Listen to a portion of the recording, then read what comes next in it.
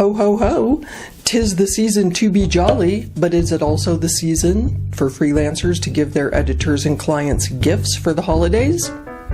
Find out on this episode of the RN2writer Show.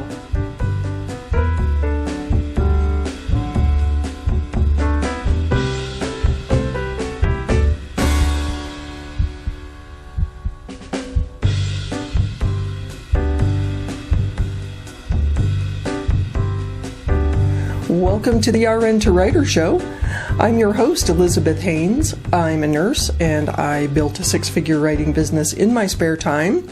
But today I'm here to help you create a successful freelance writing career too. Now, at this time of year, just after Thanksgiving usually, I start fielding a lot of questions from aspiring or novice freelance writers about whether or not they should send gifts to their clients and editors. So, I wanted to talk about that today. First of all, I think it's important to realize that there is no expectation in this industry of gift giving or receiving. So, if it's not something you want to do, or you feel you can't afford to do it, that is fine. It doesn't mean that your client is going to throw you out the door and never work with you again because you didn't send them a Starbucks gift card. However, there's also a tradition in the United States, at least, for vendors to give their clients gifts as a token of appreciation for their business throughout the year. And so you can go that route if you want to, strictly up to you. And today I wanted to talk about the 4 things that I evaluated as a freelance writer before I decided whether or not to send a client a gift, and if so, how much of a gift. So let's get started. I think it should be obvious that the first thing you should think about is the financial health of your business. Have you had a profitable year?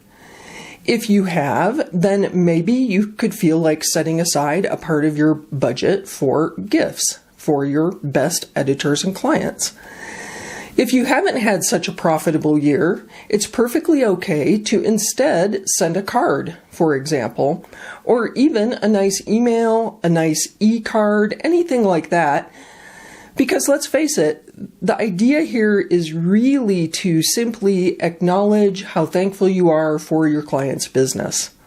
That's all this amounts to. So if your business can't afford to send gifts, don't feel guilty or pressure yourself to go into debt to send your editors gifts. It's really not necessary. The second thing I would think about is the value of the client relationship. Now, maybe that sounds a little crass, but let's ask ourselves, does it make sense to send a $50 tower of treats to a client who gave you a one-off assignment during the year and you never heard from them again? Well, on the one hand, I sort of set that up as a no-brainer to say, no, it does not make sense, but there are exceptions to that.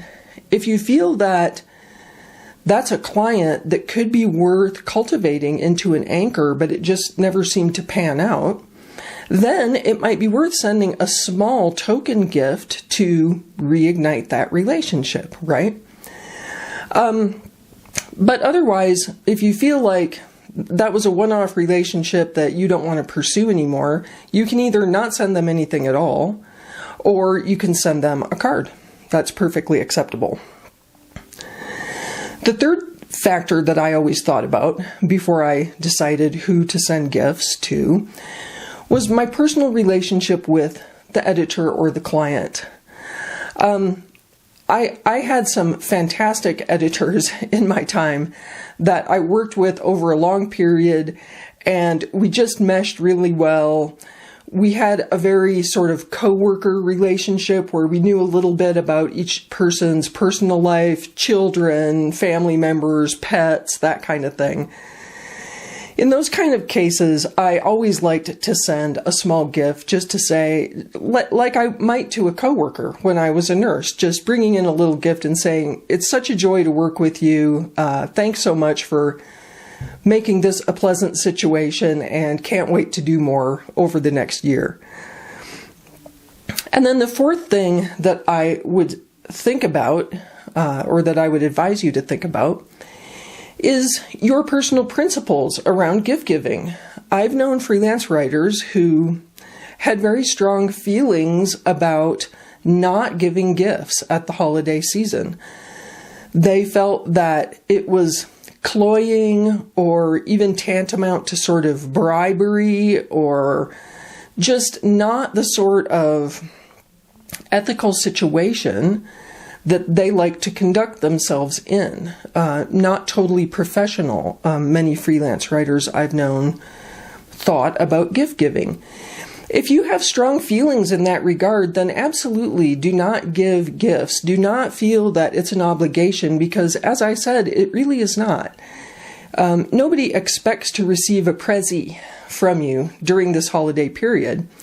You could instead then, as I've suggested before, just send a card or send a warm email telling that person that you value the relationship and you enjoy working with them.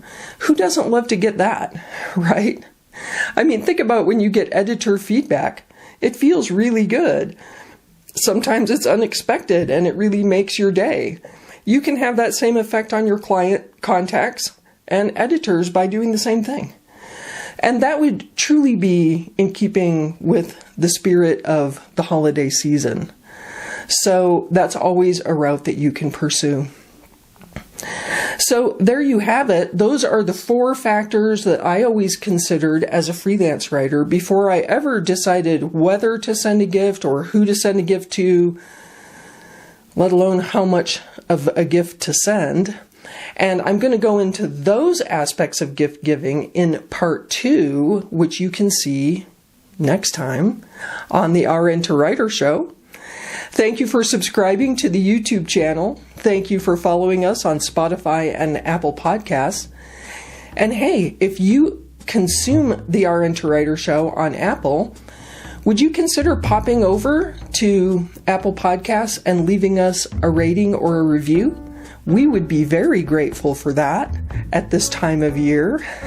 To receive that, we would be very thankful. Anyway, until next time, keep pitching.